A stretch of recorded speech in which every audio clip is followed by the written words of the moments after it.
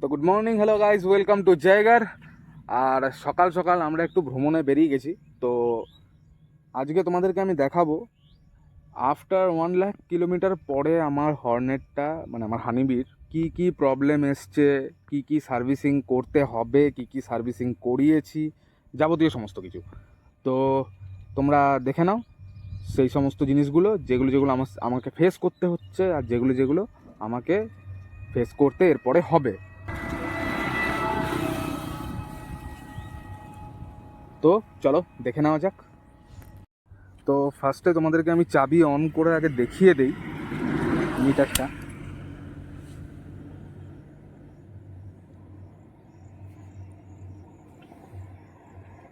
একটু রিফ্লেক্ট করছে, তোমরা দেখতেই পাচ্ছ। 1,04,469 কিলোমিটার এখনো অবধি চলে গেছে। তো গাড়িতে সেরকম কিছু মেজর ইস্যু নেই। আমি আগের দিন সার্ভিস সেন্টারে নিয়ে গেছিলাম, তো সেখানে ওরা বলে দিয়েছে ইঞ্জিন যথেষ্ট ঠিকঠাক আছে, তো কোনো অসুবিধা নেই, চালিয়ে যাও। বাট ছোটোখাটো কিছু ইস্যু আমার দেখা দিয়েছে। তো যাই হোক, সেটা বড় কথা নয়। তো তোমাদের সাথে পয়েন্টে আসি। তো এখানে তোমরা দেখতেই পাচ্ছ ভাইজারের এখানে একটা গ্যাপ আছে রীতিমতো। তো ব্যাটারি চেঞ্জের সময় এই গ্যাপটা হয়েছে, কারণ এই তেল ভাইজারটার ওপরের ক্লিপটাও ভেঙেছে আর নিচেরটাও ভেঙেছে। তো মাঝখানে একটা গ্যাপ তৈরি হয়েছে।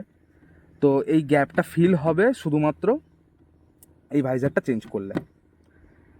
যদিও বা আমি দুটোই চেঞ্জ করে দেবো, কারণ এই ভাইজারেরও কিছু কিছু ক্লিপের জায়গাগুলো নষ্ট হয়েছে। তো দুটোই আমি চেঞ্জ করে দেবো। তো এটা গেল তেলটা।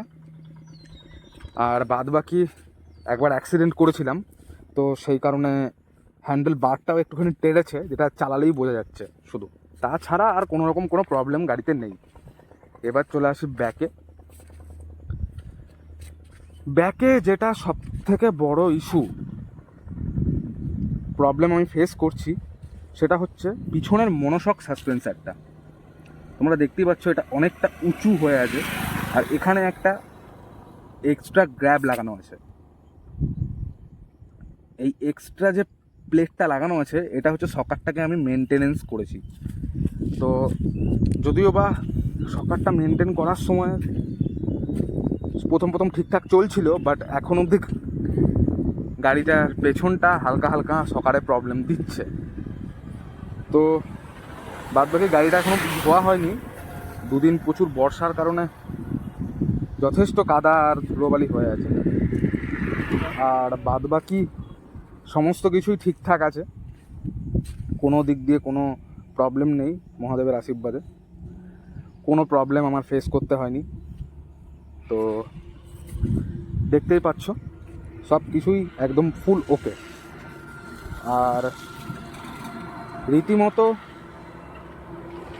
প্রবলেমস যেটা প্রত্যেকটা গাড়িরই 20,000-25,000 কিলোমিটার পর পর দেখা দেয়। কারোর কেউ কেউ 30 চালিয়ে নেয়, কেউ কেউ আবার 20তেই প্রবলেম চলে। সেটা চেঞ্জ পকেট। এই চেঞ্জ পকেটের অবস্থা যথেষ্ট খারাপ হয়ে গেছে।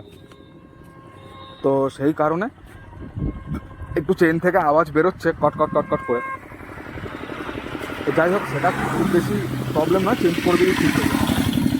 আর একটা প্রবলেম হর্নেটের, সেটা হচ্ছে স্ট্যান্ডের এই পার্টিশানটা। তোমরা দেখতেই পাচ্ছ স্ট্যান্ডের এই পার্টিশানটা, এটা সাইলেন্সার পাইপের সাথে ওয়েল্ডিং করা থাকে।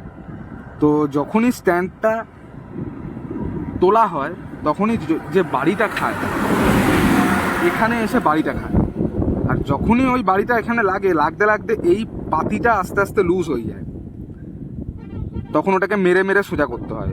3-4 বার মেরে সোজা করার পরই এটা ফেটে যায়। আর তখনই যত জ্বালা, যত যন্ত্রণা।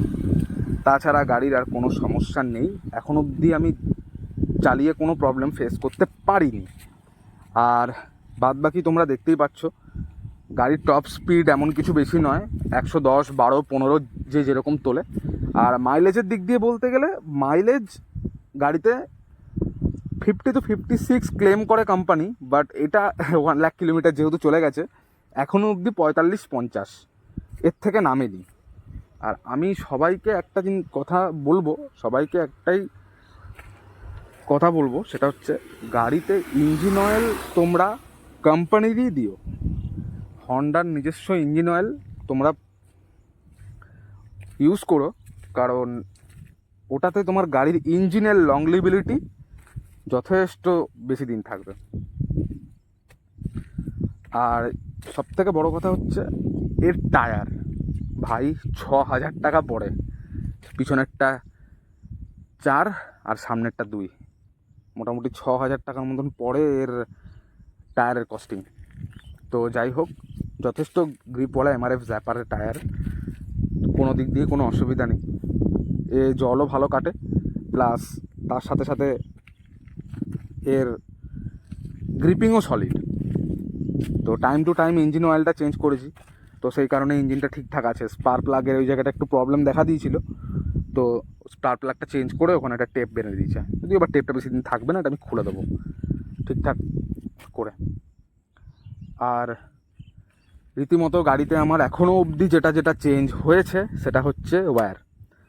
রীতিমতো ক্লাচ ওয়্যার চেঞ্জ করেছি, চেঞ্জ করার সাথে সাথে এর অবস্থা মানে ফাটা হয়ে গেছে, কতদিন চলবে জানি না। আর পিছনের ব্রেকের ওয়্যারটা চেঞ্জ করেছি, সামনের ডিসপ্যাডের কোয়ালিটি যথেষ্ট ভালো, ডিসপ্যাডটাও চেঞ্জ করা হয়েছে, তো হয়ে গেল। আর রীতিমতো হর্নেটে আর কোনো রকম কোনো প্রবলেমস নেই। ওপরের ভাইজারটা অর্ডার দেওয়া হয়ে গেছে, নিচের ভাইজারটাও অর্ডার দেওয়া হয়ে গেছে, এবারে ডেলিভারি হওয়া বাকি আছে। ডেলিভারি হলেই সাথে সাথে ইনস্টল হয়ে যাবে, কোনো অসুবিধা নেই। তো রীতিমতো এই সমস্যার মধ্যে দিয়েই পেরিয়েছি এখন অবধি। সকারের যে প্রবলেমটা আছে, এই প্রবলেমটা জানি না কতটা কি সলভ হবে, তবে সকারটাও আমি অর্ডার ফেলে দিয়েছি, এটাও ডেলিভারি হবে একই সাথে। তো তোমরা দেখতেই পাচ্ছ পুরোপুরি বাকি গাড়ির কন্ডিশন A-ক্লাস, পুরো কন্ডিশন A-ক্লাস আছে, একদম কোনো রকম কোনো সমস্যা নেই।